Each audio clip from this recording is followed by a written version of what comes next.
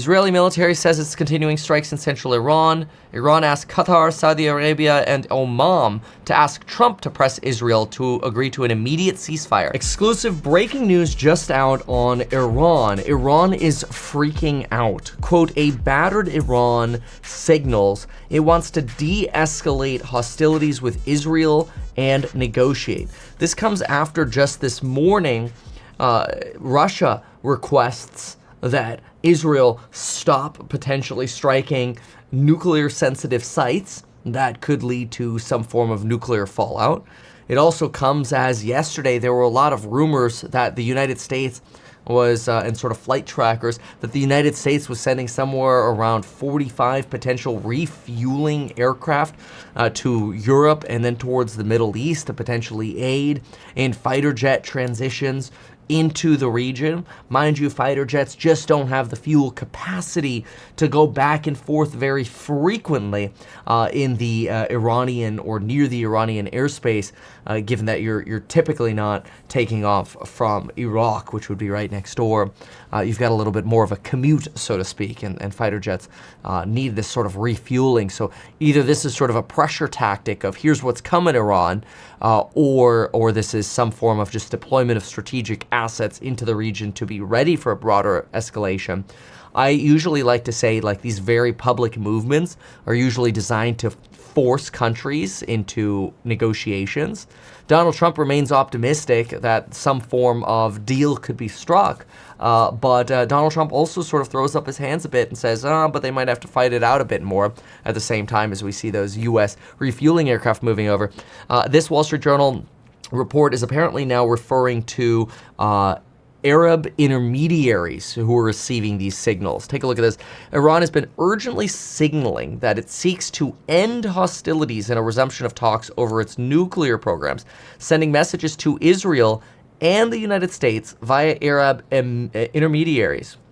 Now, there was also a rumor this morning that Iran might be open to stopping its nuclear enrichment program, which I would be a big fan of, because I do believe that Iran is a country we have to be careful of creating a nuclear weapon and then not safeguarding it. So I'm less concerned about Iran itself using a nuclear weapon. I'm more concerned about Iran letting a nuclear weapon get into the hands of, these potential groups in Afghanistan, such as the Taliban. You could have the Houthis get their hands on it in Yemen. You could have Hezbollah get their hands on it in Lebanon. You could potentially even have Hamas get their hands on a strategic nuclear weapon in Gaza and lob one over the border into Israel. These groups that are basically on the verge of complete annihilation would love the opportunity to reset the balance of, we just used the strategic nuke. You want to see where more of those came from? Keep messing with us. It would be a power game changer for these groups. And Iran would be the perfect country to enable that distribution of weaponry. And this is, I think, why Israel has gotten so nervous, given that we've been told for decades that Iran has a nuke. But now the IAEA, as well as other international bodies, expecting that potentially Iran already has not just the yellow cake, which is a precursor to Iranian nuclear bomb preparations, but also enough ready and stored nuclear material to produce somewhere between 3 and 15 nuclear bombs today. In the midst of the ferocious Israeli air campaign, Tehran has told Arab officials that they would be open to return to the negotiating table as long as the U.S. doesn't join the attack. Now, this is great because it really gives sort of a little bit of a bow to Donald Trump, like, please, anything but Donald Trump, coming. And this gives me, again, this reiteration that I personally think this aircraft deployment from the United States was purposefully really loud and proud. I mean, how convenient that the very night the very next morning after the night that we see this deployment, what do we get? Oh, wow, all of a sudden, Iran is open to talking again. Meanwhile, of course, strikes have been continuing between the two countries. Here's actually a video of another launch from somebody flying on a Dubai-bound aircraft or leaving Dubai, and you could see launches taking off from Iran. You could really see the different booster phases here as you're getting hypersonic even. And I mean, it's really an incredible sight to see this aircraft based on sort of the curvature of the Earth that you can see here. I would guess is somewhere at 35 to 40,000 feet in the air. Pretty remarkable. Flying at 45,000 feet, you really see even more curvature. But anyway, going back to the story here, but with Israeli warplanes able to fly freely over the capital and Iranian counterattacks inflicting minimal damage. Yeah, it is true. I mean, you're not like really achieving devastating strikes against Israel, but let's be clear, you are definitely striking Israel. I mean, neighborhoods in Israel are getting hit, homes are getting hit in Israel, and it's quite frankly devastating as people on both sides are dying. Now, you have Bibi who argues that, well, we're just targeting military officials. However, there have even been apartment buildings in Tehran that have been hit. But then again, you know, these are things that we're hearing from vice versa of both sides of media. For example, there is talk that Iran struck a campus for disabled children in Israel. And, you know, so people are showing children's desks with, you know, the little bee icons over here and wheelchairs in destruction, and obviously the medical facility here. Hopefully the expectation is a lot of these people would have been in a shelter, but again, now their medical facility is interrupted. Of course, that is the Israeli POV. Iranians are saying very similar things, that, hey, you're hitting women and children here with sort of potentially bombs that are missing or are indiscriminate. The point is, more of these bombs keep flying, and it is true, more damage is being conducted to the Iranian leadership than certainly the Israeli leadership. There hasn't, as far as I'm aware, really been any kind of general that has been killed from Iranian strikes, whereas numerous generals of the Iranian Revolutionary Guard, nuclear scientists, and other chain of command individuals like the chief director of intelligence for the country have all been killed and executed either through bombs or commandos. Remember, commandos are so deep inside of Iran right now that we saw Israeli commanders take out gosh, I'm screwing up my names here. We saw Israeli commandos take out Iranian air defenses with drones that were smuggled into the country, enabling this Israeli air superiority. So really, Iran is in a very tough position to where there are sort of documented leaks with the New York Times, and I know not everybody loves the New York Times, but the New York Times had some documented leaks where Iranian officials were essentially, you know, in text message communications that were reviewed by New York Times journalists, complaining about why do we have no control over our airspace. And it really shows that Iran is at this sort of edge of potentially regime collapse. Now remember, I have argued you do not want regime change or collapse. If you have either change or collapse, you could have a power vacuum, which means a worse regime could come in, say the Taliban. You could also, maybe not necessarily worse, maybe equivalent, right, or just as bad basically. You don't want that. You don't want the Taliban having control over these nuclear facilities. You don't want a puppet government because the people of Iran don't want a puppet government that never lasts, that always ends up getting overthrown by coup or otherwise, or revolution or whatever. And you don't want an Israeli occupation because that would be vastly unpopular because it would be Gaza 2.0, right? So all of those options are trash. The best option here is actually for Iran to be like, all right, we're done. Like, we're just not going to enrich uranium. We'll agree to weapons inspections, to nuclear facility inspections. Please stop destroying. You win. That's basically what Iran needs to do. And at this point, it seems like they're pretty close to that. Israeli leaders have little incentive to halt their assault before doing more to destroy the nuclear sites. This is also true that there could also very well likely now be more attacks by Israel to further weaken the government while they still can before achieving a ceasefire. The impact on nuclear facilities has been modest so far, and talk is that it could take a long air war to get the results Israel wants. This is the other thing. A lot of these bunkered locations, like the Fordham location, are potentially as much as 1.5 miles underground, to where you are in a position where you may not actually be able to do damage where the deepest and largest reserves of enriched uranium actually sit. This was somewhat problematic because ultimately that is Israel's goal, is to not only destroy these centrifuges and essentially reset their ability to enrich uranium, but then also to potentially destroy these facilities. But again, so deep underground, it's challenging. You do have, let's see, infographics out from Israel on various different strike locations right now that they're targeting. This is very similar to what we saw yesterday. More infographics out, strikes on navigation systems against Israel. We've got strikes on production sites for components of aerial defense systems belonging to the Iranian Revolutionary Guard. Strikes on planetary mixers used for the production of surface-to-surface missile engines. I mean, really trying to destroy the entire supply chain here. Strikes on fuel production sites for various missiles. So these would be, like kerosene, jet fuel style, rocket fuel, essentially. Strikes on surface-to-surface missile production sites. Again, the supply chain of missile production. Israelis, Bibi says that attacks will continue until the nuclear program and ballistic missiles are destroyed. No indication he's ready to stop.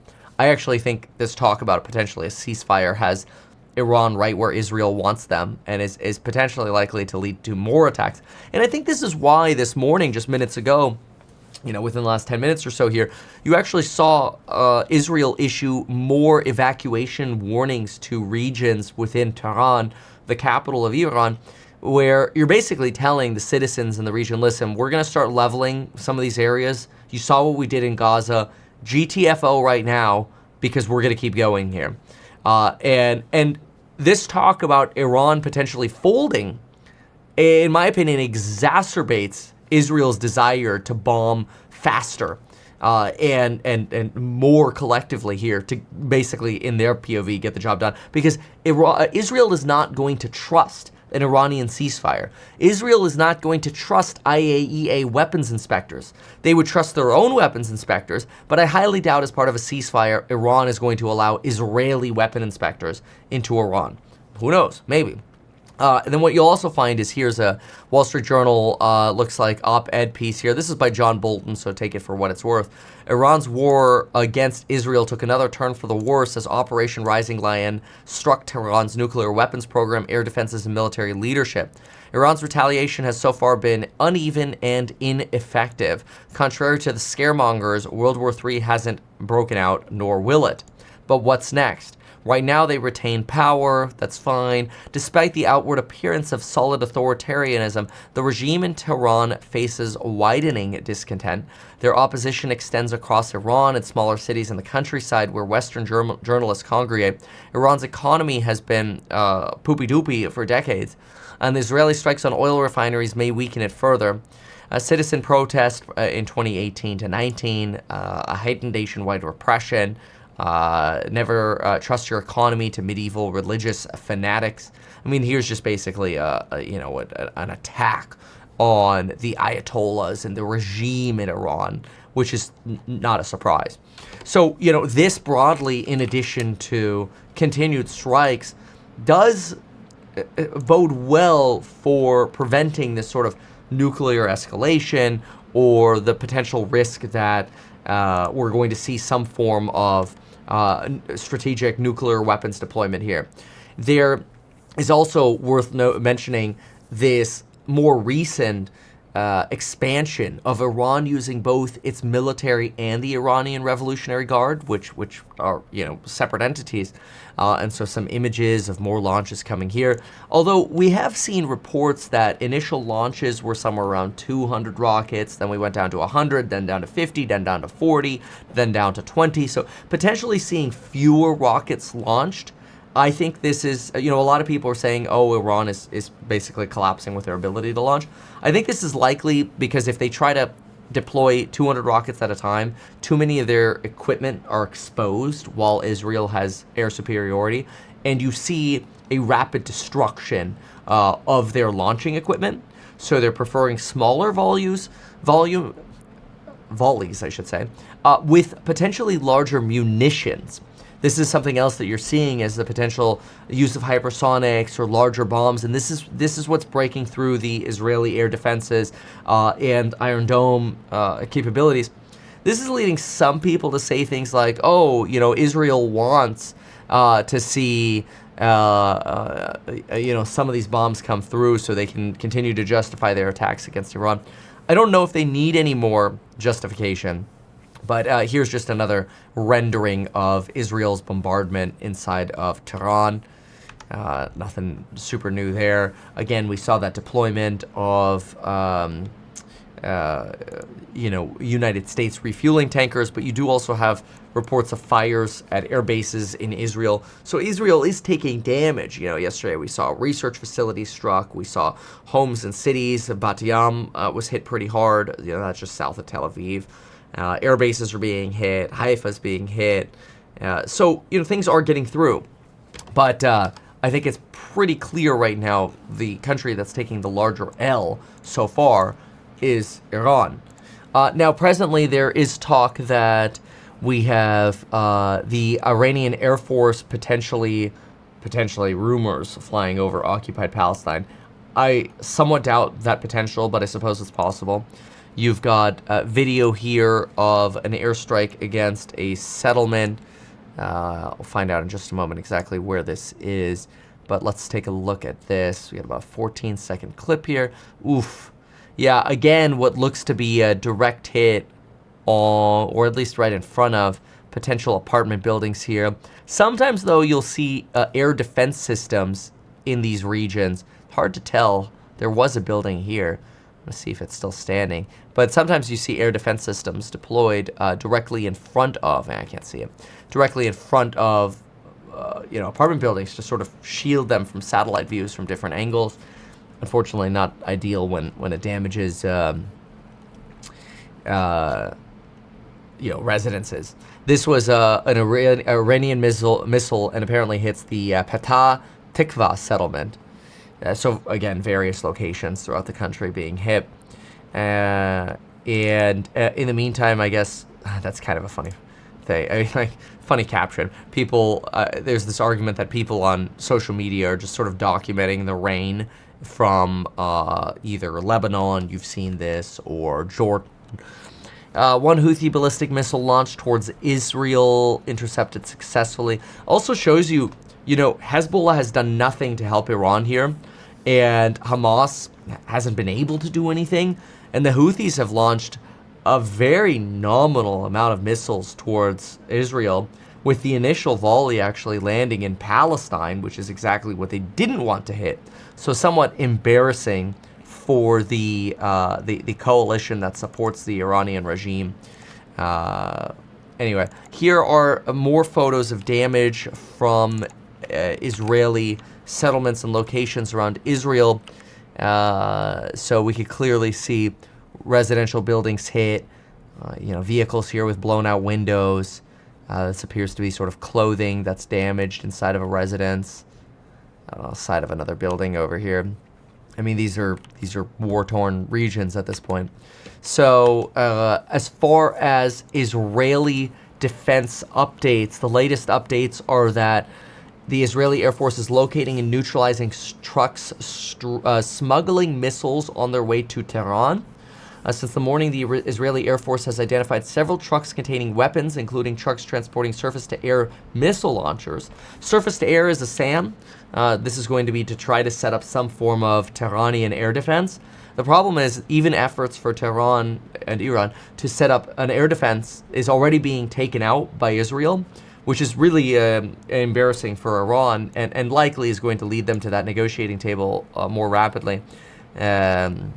Over 50 fighter jets have recently taken part in destroying over 120 surface-to-surface missiles. This is from the Israeli Air Force. We have further commentary from the Israeli Air Force of the Home Front Command working to help clean up areas that have been struck. So some higher def footage here of the Home Front Command. That's sort of this iconic orange relief helmet now.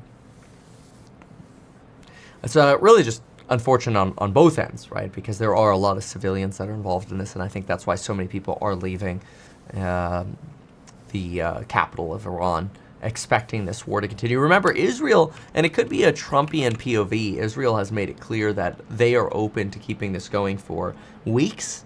It's been about 4 days now, Friday, Sat, Sun, Mun. We're on our 4th day right now. We still don't have a negotiated resolution, but this initial talk is very good and very optimistic that at least there are signs that Iran is like, all right, let's talk. Remember, Vladimir Putin and China have both expressed their interest in aiding the Iranian regime in some form of negotiation. You're also seeing betting markets currently increase the chance of a U.S.-Iranian nuclear deal this year, which had risen to a low, or fallen to a low of about 22.5%, all the way up to about 45% at the moment. So, to me, so far this sounds like excellent news. Donald Trump is at the G7, and there is also commentary here that an Iranian advisor to the Revolutionary Guard says that we are ready for a long war and haven't yet made strategic use of our missile capabilities.